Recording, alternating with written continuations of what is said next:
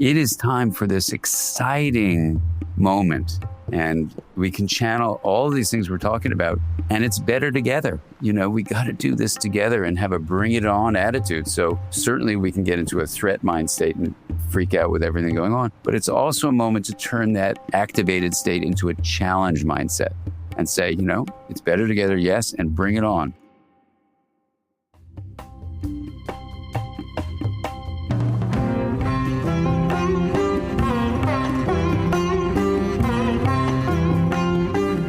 Welcome to the Garrison Institute presents The Common Good. I'm your host, Jonathan Rose, co-founder of the Garrison Institute. We'd love to hear your thoughts about the podcast. Please send us a note at podcasts@garrisoninstitute.org and let us know what you think.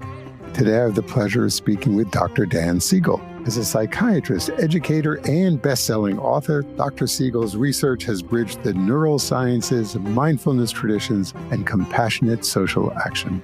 His book, Interconnected, explores how the integration of mind, self, and society can help us move from me to we, revealing how our deepest well-being emerges through connection. His most recent book, Personality and Wholeness in Therapy, weaves together neurobiology, contemporary psychology, and deep wisdom.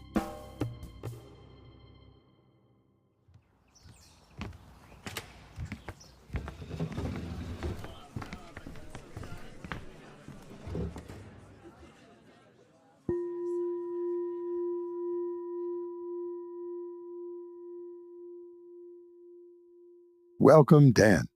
Jonathan, thank you for having me. It's an honor to be here, and it's wonderful to be connected with you in all these different ways, and today in particular. Great. So I want to begin at the beginning. That's the way the Bible started, in the beginning. And so I want to start at the beginning of Dan Siegel.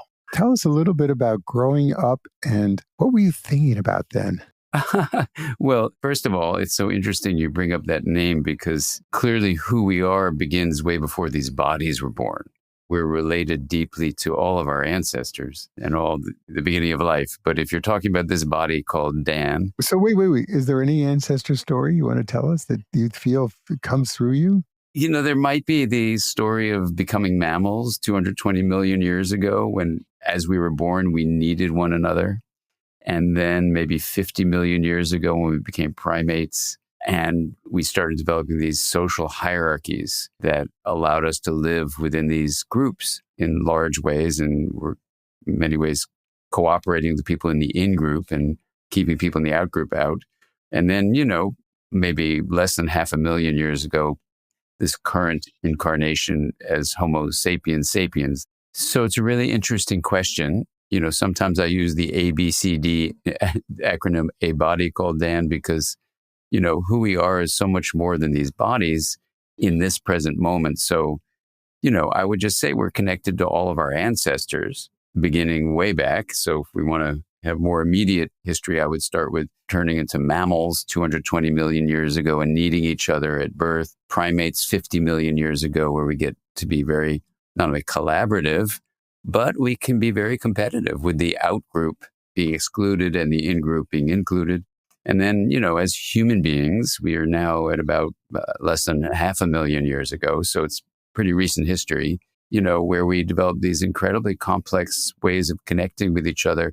And unfortunately, while we kept the wonderful attachment needs as mammals, we also kept the in-group, out-group distinction as primates. And then we developed something that's very unusual, and you don't see it in primates. It's called alloparenting. And it's where we as a human species, and there are a few others that do this, but we're one of the few that basically have more than the mother being the attachment figure. And this becomes an incredibly important way of responding to your question. The history anyway that I feel is that this alloparenting basically meant we had to look to the mind of the person we were choosing to be the additional attachment figure. What was their intention? Where were they focusing their attention? What were they aware of? So even if you just keep those three things in mind, and now coming to more recent history for this body called Dan, my immediate ancestors, like in the last 200 years, had a history of being in the Jewish tradition. So they were considered by the mainstream to be an outgroup and subhuman. So they were forced to live in shtetls. And as they were basically continuing their in-group representation, but living in this village. And so my great-grandfather, so my father's mother, her dad was murdered in front of her pregnant mom, where she was in the womb.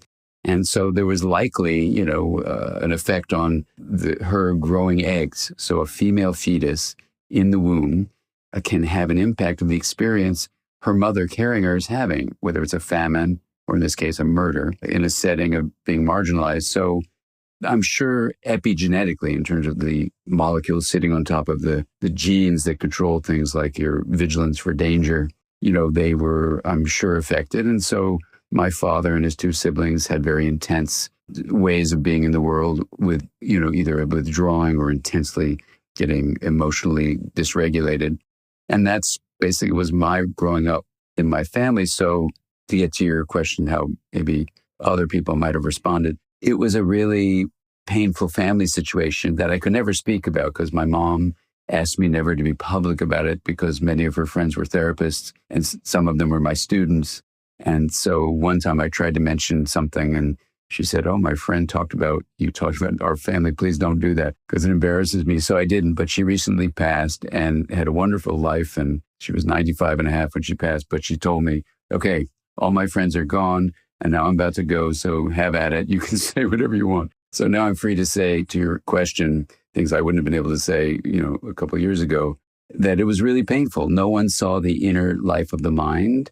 There was a lot of individuality that was being perpetrated, not just from the culture, of course, growing up in the United States, but also in my particular nuclear family. There was a lot of paranoia and worry for lots of different reasons. But the outcome for me as a kid was to be in a very hostile, disconnected, in a way, mindless family growing up. So as I grew up, I was kind of confused. Like I knew there was an internal subjective life I was having, but it was never any focus in my family. And so friends became incredibly important to share that inner life that I had and that they had. And it was almost like living a double life, like the mindlessness of my family home environment and the hostility and unpredictability there. And then finding friends that were like anchors in a storm. So you grew up in that background and then life took you into your education. You focused on becoming a doctor, but somewhere along the way, in quite unusual, because we don't typically think of the descendants of shtetl Jews and horses, you had an interesting encounter with a horse. Yes, I did. I never thought this incident would have the positive side that it seems to have had. But basically, when I was in college, I was fascinated with life, What is life? What's this field of connections, of relationships among living things? I was a biochemistry major, so I was interested in molecules, but I was also interested in how people made meaning in their lives. I worked on a suicide prevention service. And one of the things I did just to expand my understanding of our human condition was I took a course in anthropology on film ethnography, studying different cultures and expressing that through film. So my teacher asked me to go to Mexico, and I went down to work for the World Health Organization, studying medical systems in an area below Mexico City where they were going to expand a dam, La Presa Miguel Alemán. They were going to expand it. And so they wanted to know how, when the dam was first built, did it affect the healthcare systems? And then with the expansion, what would likely be the outcome? And so they could either prepare for it or prevent the dam from being expanded. Anyway, so that was what the World Health Organization, part of the United Nations, wanted to be done. And so I signed on to do that. So part of my job was to study the three levels that were pretty clear. There was the curanderos, who were like part of the cultural way of giving health. There are the barefoot doctors, who are kind of like the first aid responders, who were community members who were trained, but weren't really on the spiritual side of things so much. And then there were the more classically trained, quote, Western, in quotes, physicians, who were there. And so I was studying everybody there. And one of my assignments in living in this village, Calapa de Diaz, was to go up to the different, we were in Veracruz, we were going to go to the state of Oaxaca. And I was supposed to meet with the queen of the mushrooms, which was really fascinating for me. I had a relative who was an active drug addict who was really in a lot of trouble with his addiction. And so I myself had developed this kind of allergy to using any kind of substances that altered your state of mind. But this was part of my job. So I was going to go see this queen of the mushrooms, you know.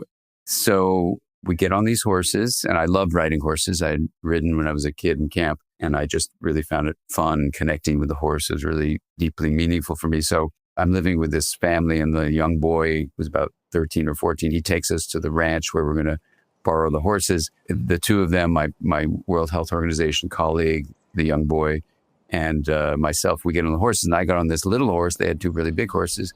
I was fine with that. So mine was really young. And we started out, and at a full gallop, the saddle of my horse got loose. I forgot what every rider knows, which I either didn't know or didn't remember anyway, or no one told me, that after you ride for a minute or two, you get off and you tighten the saddle because the horse has intentionally bloated their bellies so that they won't be so tight and be uncomfortable. So you need to do that. It's just part of it. But I didn't do it, and no one told me to do it. So the saddle went to the horse's belly, and my feet stayed in the stirrups, and at a full gallop on a young horse through a stone-ridden path for, they tell me, about 100 yards, a football field length, my head was dragged upside down, you know, along this thing at a full gallop. And my colleague and the young boy told me later that they thought I had died, or certainly I would have broken my neck, but, you know, my neck wasn't broken, fortunately, but I smashed all my face. I broke my nose, lost all my teeth. And the bigger thing than just those bone things was I lost my identity, meaning I had no idea who I was. I didn't really have many words for anything. I couldn't name things. And I certainly couldn't name who I was, but I had a feeling like there was something missing. So I'd just say, you know, who am I? Who am I? And it lasted for about 24 hours. And I was wide awake, fully aware, but had no identity. And I was actually pretty happy. I was laughing, giggling with all these broken bones. So when my identity slowly came back and I could make the decision to come back to the United States, they wanted to give me gold teeth, which I thought was a nice gesture on their part, but I thought I'd come back to the United States to get white teeth. There was almost like it was so peaceful being in pure awareness without many words or without an identity, that when it came back, that peacefulness kind of stayed on some level. But when the identity of Dan came back, it never had I don't know how to say this, never had like the assumption that it was absolutely solid ground or true. So it always felt like a little joke when people would call me Dan, because I would kind of go, okay, well, I know that's the name that was given to this body, but there's so much more to just that identity. So anyway, I never really thought about it much. I recovered from the injuries and got my fake teeth put in and all that kind of stuff. So I remember it every day when I have to do special cleaning around fake teeth. But, you know, it's been a long, long time. But when I first met Jack Kornfield, when he had asked me to teach at a meeting on spirituality and mindfulness, and with Houston Smith, the religion scholar, we decided to have lunch because I didn't know him. I never met him before. So at lunch, he said, where'd you learn about mindfulness? I said, I don't know anything about mindfulness. He goes, no, you know something about it. I said, I really don't. I mean, I've never studied it. I don't know anything about Buddhism. I don't meditate. This is like over 20 years ago. And he goes, well, you must know about it from somewhere. So then for some reason, for the first time, like in 30 years or something, I brought up the accident. And then we parted ways. We had to go do some stuff. And he calls me up. He says, I can't stop thinking about what you said. I said, what? And he goes, about the horse accident. I said, why are you thinking about that? He goes, do you realize you got by accident what people will spend decades trying to achieve? I said, why would someone want to break their face meditating? What are you talking about? He goes, oh my God, no, lose your identity. I go, well, why would someone want to do that? And he's laughing his head off. And then as he began to describe the story of Buddhism to me on the phone, I started feeling this incredible comfort and a sense of belonging. And I expressed that to him, and he said, welcome to the family. It started a close friendship, and we started teaching together. And it was hilarious because, I mean, literally, I got it falling off a horse, that feeling. But now I understand, you know, identity and all that kind of stuff from a different angle than upside down. A fantastic story.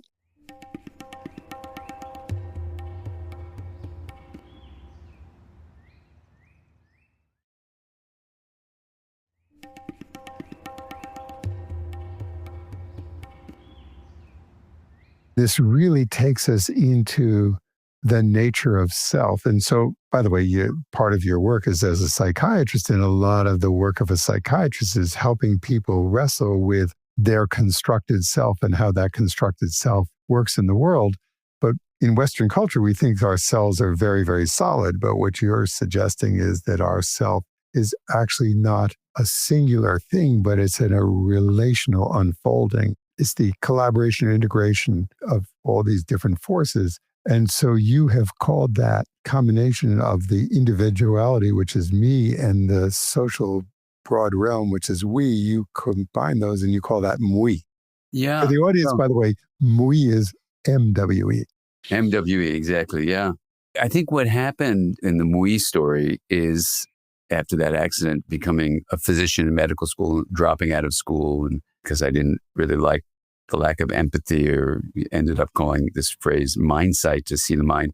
I finished medical school, came into pediatrics, and then went to psychiatry. So, and then my journey to be a therapist, this question of who are you? I never really thought about the accident directly, but the idea of who people are and their identity really became central in thinking about why people were experiencing so much chaos and rigidity that we call mental suffering. And so this question of, first of all, what is the mind? That became super interesting. And also, I got to say, kind of embarrassing that in my field, psychiatry, which is the branch of medicine dealing with the psyche, which in Webster's would be where we talk about the synonyms of the spirit, the soul, the intellect, the mind. Psychiatrists, alongside of other mental health professionals like psychologists, anyone dealing with mental health, I started discovering a strange finding that no one was defining what the mind was. So this was just perplexing to me. And so, I wanted to fit into the flow of things and just kind of went along with it.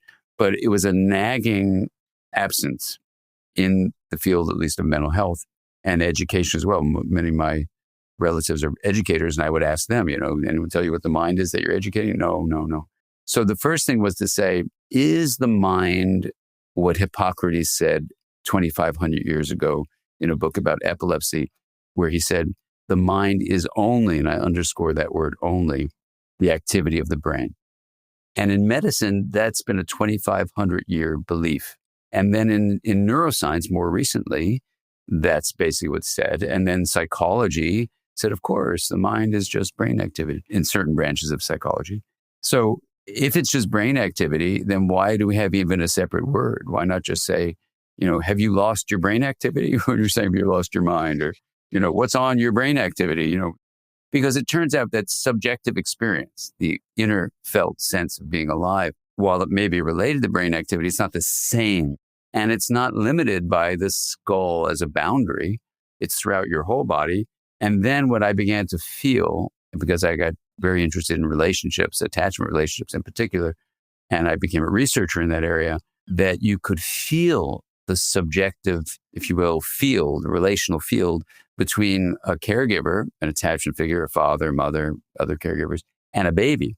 You could come into a room, and I was doing home observations. You could sense it. You could almost feel the relational field. I was doing school observation. You could feel it in the different classrooms I would observe. And some of them had this positive feeling of belonging and robustness, and some of them were depleting and it kind of sucked the energy out of the kids. And you could feel the difference. So I just became fascinated with relational fields, kind of like Michael Faraday talking about electromagnetic fields, and people thought he was nuts. I would talk about these fields and people just think I was crazy. And so, I just kept it to myself, but I work with my patients, my clients, with this notion. And the first big task in my professional journey was to say, should I stay in this field of psychiatry when they seem to have lost their mind? And Caroline, who is my partner, my life partner, my work partner, Caroline, well, she had been meditating for years, and she just said, look, you dropped out of medical school and then you came back and you stayed. You dropped out of pediatrics, and now you're in psychiatry, you think of dropping out that. She goes, instead of, changing fields, why don't you think about changing the field? And I thought, oh, wow, that's so interesting. It's why, partners can really make such a big difference in your life. And I thought, okay, then I won't drop out of psychiatry, even though they're not talking about what the mind is. Maybe I can scientifically take my background as a scientist and ask, is the mind only the activity in the brain that Hippocrates has said and neuroscientists say all the time. I said, could it be more? And if it's more, what would it be? And so that was a long, long journey to write my first book, The Developing Mind. And that helped with patients because I could start talking about a definition of mind that I had offered in 92 that looked at the mind as both fully embodied, not just up in your head, and also fully relational. So it was both the me of the inner, but it wasn't just in your head, it was your whole body, and it was the we of the relational. So we became a word that could just take that definition of the mind and allow people to grok it, to feel it in a simple 3-letter word. And whatever the language is, people kind of prefer the we simplicity that we can't seem to find in other languages. Just the idea of integration is that you link differentiated aspects together and you don't lose the essence. So M-E and W-E both have the first letter and the E. So in English, it's kind of fun to say me and we. My copy editor wrote to me once, this is grammatically incorrect. It should be me and us, or it should be I and we. So you can't say we. And I wrote back to her and I said, thank you very much for the grammatical correction. This is grammatically incorrect. I agree with you. But you can't combine, I and we, I. What are you going to say? Or are you going to say me and us must? I mean, that's not so fun. So, and it doesn't have the essence. So M-E and W-E combined is we. You refer to the nature of the mind. How do you define the mind? Well, descriptions of the mind include subjective experience and consciousness that lets you know you're having subjective experience, and then information processing, which is basically taking energy patterns and making symbolic value out of them. Those have been described forever in the field of psychiatry, psychology. What the definition that came up in this group I was running in back in 1992 was beyond those 3 descriptions, because they're really not definitions, they're descriptions. It goes like this. The mind can be defined, this 4th facet of the mind, as an emergent, self-organizing, and those are 2 mathematical properties, so they're not just soft, gooey statements. Emergent, self-organizing, embodied, meaning it's not just in the skull, it's fully in the body, and relational process that regulates the flow of energy and information, because some people think information is primary, some people think energy is primary. If you say them together, you get everybody at that level happy.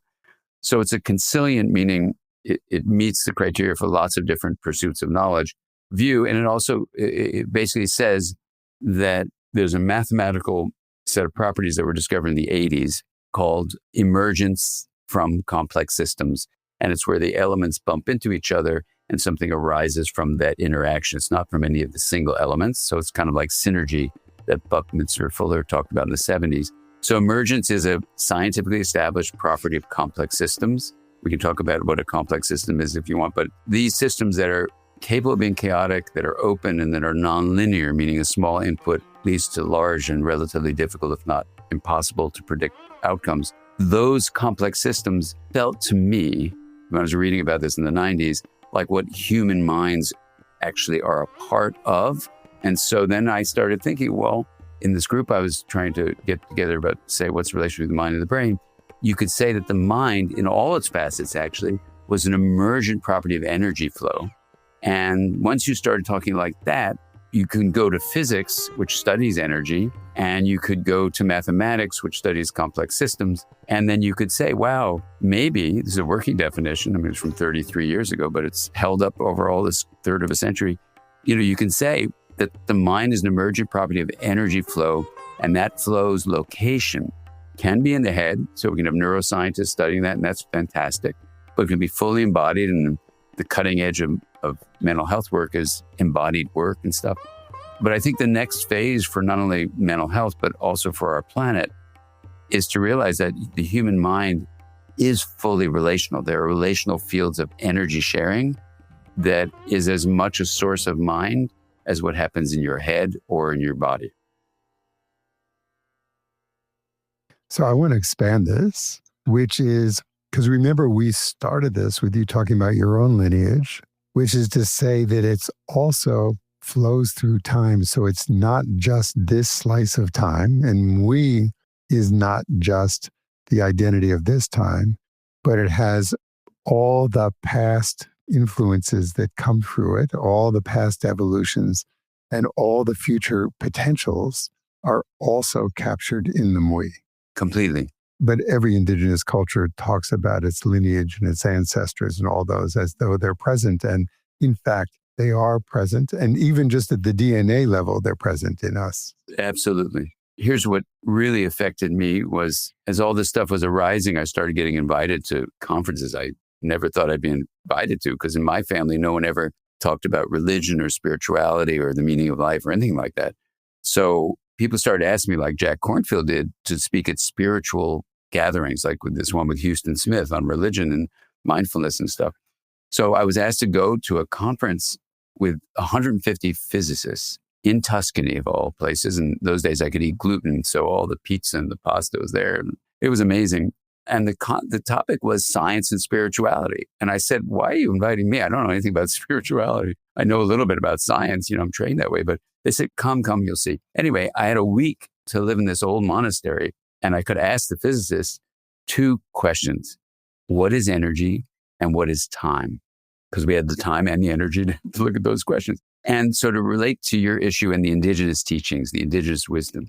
So it turns out, and many people don't realize this, and I once was at the Wisdom 2.0 conference that I know Garrison co-sponsors with Soren, and there were 3,000 mostly techies in the room. And I said, how many of you don't know that physics has demonstrated there are 2 realms of our one reality?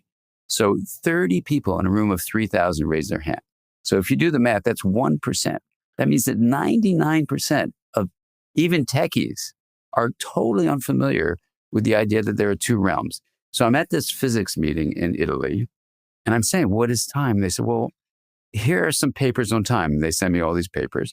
And they go, Isaac Newton, 350 years ago, studied large objects like planets and moons and apples falling from trees, or like your body. These large objects are larger than an atom, and there's certain Newtonian properties that come from that level of analysis. And Isaac Newton didn't know there was going to be another level of analysis. But 100 years ago, we developed the technology just to study those smaller things. So we will call them micro for smaller states, like an electron or a photon. They're smaller than an atom. And it turns out that the properties that could be studied empirically and the equations that would describe the way they function were completely different from the Newtonian equations. And so one of the things we knew that it's kind of like walking on land, you know how to walk on land, or jumping into a pond, you know how to swim in the pond. They're just different properties that you use to swim versus walk. They're very, very different. No one freaks out and goes, oh my God, I live in one reality and I can walk on the trail or I can swim in the pond. But it's the same thing in what physics has demonstrated. So in the Newtonian macro large state realm, we have something called the arrow of time. And that phrase means that in this realm of walking on the land, in this realm of large objects, we have something called the second law of thermodynamics, which means things tend to fall apart. They tend to move towards entropy, which roughly means randomness. And we know that in these bodies we're born into, they're Newtonian bodies. And, we get about 100 years to live in them, and they start to fall apart, even if you don't fall off a horse. But it turns out at the microstate level, while we have the time variable in the equations, for example, if you're in a Newtonian car and you want to stop the car at a red light, my father was a mechanical engineer who designed cars. You've got to stop that car so you won't be one with everything in the intersection, and time is a variable. There are noun-like entities in that Newtonian macrostate world. And in the equally valid realm of the microstate, that is pure energy, units of probability are there. We'll get that in a second. Basically, there is no variable of time because the second law of thermodynamics does not apply to the quantum, is what it's called, realm of microstates. And so what these physicists told me blew my mind because it's timeless.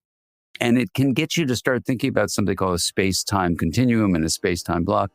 Because at that time, they were saying, look, there's no variable of time.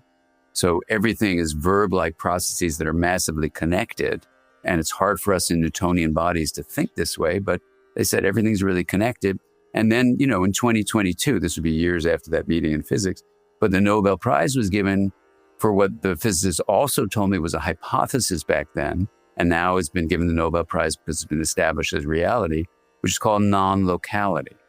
And what that means is that if you couple up, let's say, two electrons here together, and then you separate them out by a foot or 10 feet or 10 miles or 10,000 miles, Australia and the United States, they still have a relationality to each other if they've been coupled or entangled. And Newtonian, what we call spatial separation in quotes, does not impede quantum relationality. So those two findings, that there's no variable of time, and also that what we think of as spatial separation has now been proven, this is what the Nobel Prize was given for, to exist. We don't want to, jump to conclusions that the mind is absolutely a part of that energy flow. But if the mind is in fact an emergent property of energy, and if it's true that certain energy couplings can occur and Newtonian separation doesn't impede their relationality, then, it's reasonable to at least consider from a scientific point of view this. And I was teaching with Antonio Damasio at a meeting on consciousness, and someone had just presented on the quantum aspects of microtubules in the brain. And Antonio says to me before we get up, Dan, when we get up on the stage, just remind me to bring up my thoughts about the quantum issues of brain function. He's a big neuroscientist. So I'm up there and I said, oh, Antonio, you wanted me to remind you to talk about, he goes, yes. He talks to the guy who just gave his talk. You're too humble. The only future for the understanding how this brain functions is to look at the quantum aspects where different areas basically can communicate with each other without having direct synaptic connections.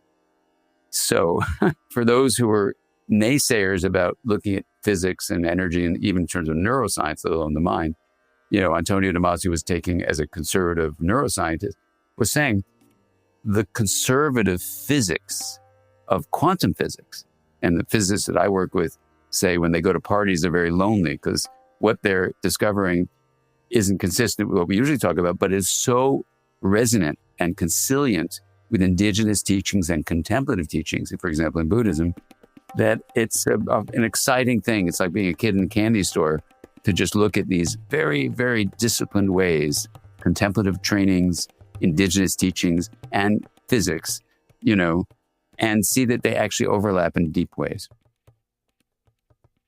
You recently taught a class with Karen O'Brien on quantum social fields.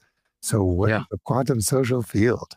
Yeah, well, Karen O'Brien is a wonderful researcher in Oslo and in Norway, and she was a part of a committee that won the Nobel Prize for climate protection for what the UN was helping us try to do. And so we met because she had written this beautiful book called You Matter More Than You Think, about a movement she's a part of called Quantum Social Change. And in that book, You Matter More Than You Think, Karen O'Brien beautifully, carefully, as a very established scientist, says, let's just see if social change might, in fact, be inspired by and guided by the lessons from quantum physics. And she carefully, conservatively explores that. So I highly recommend that book. So I read the book, I reached out to her, and we started a friendship and a professional relationship. And we said, hey, we should teach together. So I was there for the Human Rights Foundation, and we did this whole 2 days on exactly what you're talking about. And in particular, we were looking at how this personality system I had been working on with 4 colleagues could be applied to working with burnout in climate activists. So it was very practical teaching skills of working with burnout. But embedded in that, because Karen brings this in her wonderful work, and her website and whole journey is something you can get connected to, Quantum Social Change. We talked about this issue that if people do the deep inner work, so part of it would be contemplative inner reflection, and now using the field I work in, which is called interpersonal neurobiology, you could then apply the IPNB, interpersonal neurobiology, is a faster way of saying it. You can apply the IPNB lens to saying for a given individual in a given Newtonian body, what are the ways in which how the brain evolved? We have a deep structure in the brain that's pretty much formed before birth called the brain stem. So it's like the core part. And so it creates what's called temperament. And in that temperament, what you have is basically something that is activated in response to the difference between being kind of at one with the womb and coming out now into the world where you're separated. And there's this issue that you and I have talked about, agency, bonding, and certainty may be particularly sensitive. Agency meaning your embodied needs. And if that's frustrated, you tend toward anger. Bonding is your relational needs. That's frustrated, you get separation, distress, and sadness. And the C, ABC, is certainty, the need for predictability and safety. And if that's not met, you get anxiety and fear. Anyway, it turns out that humans are roughly divided into the groups that are particularly sensitive in one of those three areas. So it's been this incredibly exciting new thing. And so what we did was we applied the idea of social quantum change to the individual's journey and the need to go inward to say, what is my temperament? How did it form the foundation of my particular personality, which in a way becomes a kind of filter of energy flow that will make me prone to burning out if I'm a political activist or a climate activist. And so to free me up to access what I call the plane of possibility, which is deeper beneath these filters, getting access to what Arthur Zions beautifully calls the formless source of all form, or the sea of potential. And in this graph, it's a plane, so we call it the plane of possibility. It looks like awareness comes from that. So what Karen and I did was we helped the participants to drop beneath the kind of plateaus, which are filters of temperament and personality, into this plane where your ability, we think, in a quantum way, get access to the freedom of your mind to envision where to go, in this case with climate activism, and also to relate to each other. So people could feel as they were doing the Wheel of Awareness practice and going through these personality patterns and finding where they were located, they could be very kind to their own bodily life, because as long as you have a body, you have a temperament and personality. But the idea of freeing yourself up to have this quantum social change is to go beneath your personality to the awareness where we all find each other. Because Jonathan, your plane of possibility and my plane of possibility are the same.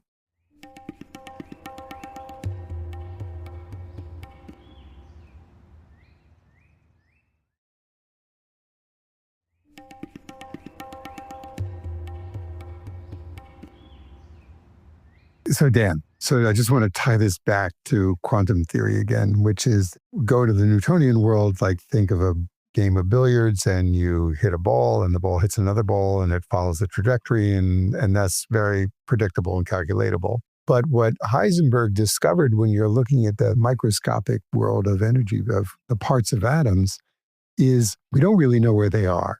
And there are realms of potential where they are. They're likely, like electrons are kind of likely to be in these shells that they circulate in. But even the act of knowing where something is or seeing where something is affects it. But anyway, everything is interdependent. Everything is continually affecting everything. So they're in relational fields, not specific places. They don't have definitive futures. They have potential futures. And what you're saying is that when you can drop your thinking out of the Newtonian action-reaction world and into the quantum world, you can enter into the realm of possibilities. And if you can dissolve the self, which is always trying to concretize and fix things in a way as a survival mechanism in the world, into that state that goes back to the original horse accident and what Arthur Zions, just repeat again, what did he call it? He calls it both the sea of potential and the formless source of all form. Right. So if you can go into the formless source of all form, then you can imagine new forms, and you're in a realm of the pure state of potential and opportunity. And so because you have dissolved the rigidity and the fixedness of yourself, and from there you can then act. And if you are a social activist, and if we want to, as Karen's book subtitle is Quantum Change for a Thriving World, if you want to create a thriving world, you can imagine it and reimagine the relationships that need to take us there from this pure plane of possibility, then you can from this fixed world of rigid constructs. Exactly. I couldn't say it more eloquently than you just did. And I would just build on that and say, number one, it's beautiful to hear you describe, I think, where we need to go like that, but also that generator of diversity, right? This formless source of all form is also a portal, I think, through which integration naturally arises. So integration is this linking of differentiated parts. And I think it's the fundamental way that mathematics tells us optimizes self-organization. So the plane of possibility, this formless source of all form, the quantum vacuum, these are all the same thing, the generator of diversity. What it means then is if you can do an inner practice, which I think is what a lot of mindfulness practices ultimately help you do, certainly the wheel of awareness does it as one example, to get to that plane of possibility, the hub of the wheel, what then happens is your constructed separate self. We can talk about that neurologically and stuff like that. But if you think about the brain more as a conduit of energy rather than a creator of it, it can, in its conduition, in its letting energy flow through it, it can then form these constructed views of a separate self, especially in a culture of individualism. And if your family reinforces that, your school teachers reinforce that, your peers and social media reinforce it. So it's basically perpetrating a lie that the brain believes is ultimate truth. And so when you allow people to do all sorts of practice, being in nature, being in groups, drumming, music, embodying this release from the lie of the separate self, what happens, I think, from a scientific point of view, is exactly what you're saying, that you access this formless source of all form, the plane of possibility, and it is the portal through which integration is going to rise, which is a source of well-being, but also it's where hope comes from, because hope can be described as basically seeing other options beyond what you had available to you in your mind beforehand. Because when you're hopeless, you say, there's no other options, I can't do anything. So in many ways, this inner journey towards the plane of possibility, the form, the source of all form, the source of awareness, is a journey to hope. And it's where we find each other. So in our communities, whether it's at the Garrison Institute or the Mindsight Institute or all these different ways we have these communities of people who can really get to know each other, if we're doing the inner work of getting beneath temperament and personality, getting beneath the constructed, mistaken identity as you are just your body, which is, I think, where this whole conversation is letting us play with in a beautiful way, then I think there's incredible hope for us to have what Joanna Macy would talk to you and to me about. I was able to be with her on the last day she was speaking before she passed. And it was a joyful being together because her whole work on the Great Turning was the idea that, and she used this phrase exactly in her work, the quantum change in consciousness. And what Joanna and I used to always talk about was that this is what literally the quantum change in consciousness is, to go beneath it and realize that, we are who we actually are, extends beyond time in these bodies, that we are our ancestors, we are our descendants. And of course, as you pointed out, indigenous teachings across the globe have known this for thousands of years. But the Newtonian, materialistic, individualistic, modern view, and the Dalai Lama told me, don't call it Western because it's all over the world now. So let's just call it modern. Modern conceptualizations of individualism are basically choking us because they're living us a lie. And it's not only a lie, it's a lethal lie. And when people drop into the plane of possibility and start to live with whatever your practice is, indigenous, contemplative, whatever, being in nature, doing the wheel, doing meditation, whatever it is, this way that we realize we're not just a me in a body. We don't want to forget that we have a me. We are also a we, as you beautifully pointed out, across time and across skin envelopes and species. We're, not just, it's our whole human family for sure. It's our whole human family across all generations for sure. And it's across all species. And Joanna Macy used to have these things called them the Council of All Beings.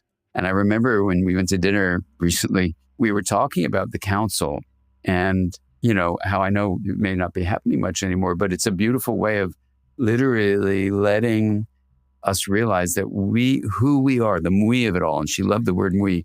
The mui of it all is to go across species. It's a moment to make sure, and I said this to Joanna, and I said it recently down in Australia, to say this moment of disorganization and distress and the chaos and rigidity that's arising, it may actually be, as some of our Garrison fellows have come to call it, a poly opportunity, not just a poly crisis. And we can see this moment of disorganization as an opportunity to realize just what you're saying. I think our species is so capable, if we can embrace a new way of seeing beyond the individualism that has its own unfortunate hedonic treadmill you get on to try to get more and more, and you feel less and less as you do that.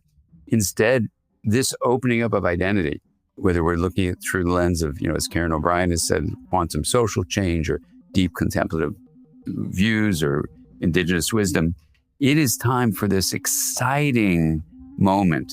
And we can channel all these things we're talking about, and it's better together. We got to do this together and have a bring it on attitude. So certainly we can get into a threat mind state and freak out with everything going on, but it's also a moment to turn that activated state into a challenge mindset and say, it's better together, yes, and bring it on.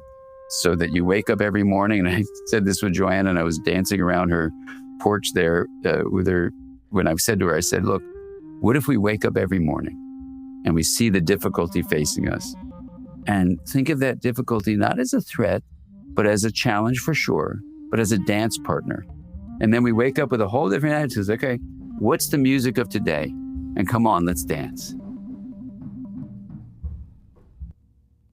Dan, that's a beautiful way for us to end our conversation. And it's been such a joy dancing with you. And we invite our audience to take these lessons and dance with the challenges. Let's do it together. This is great.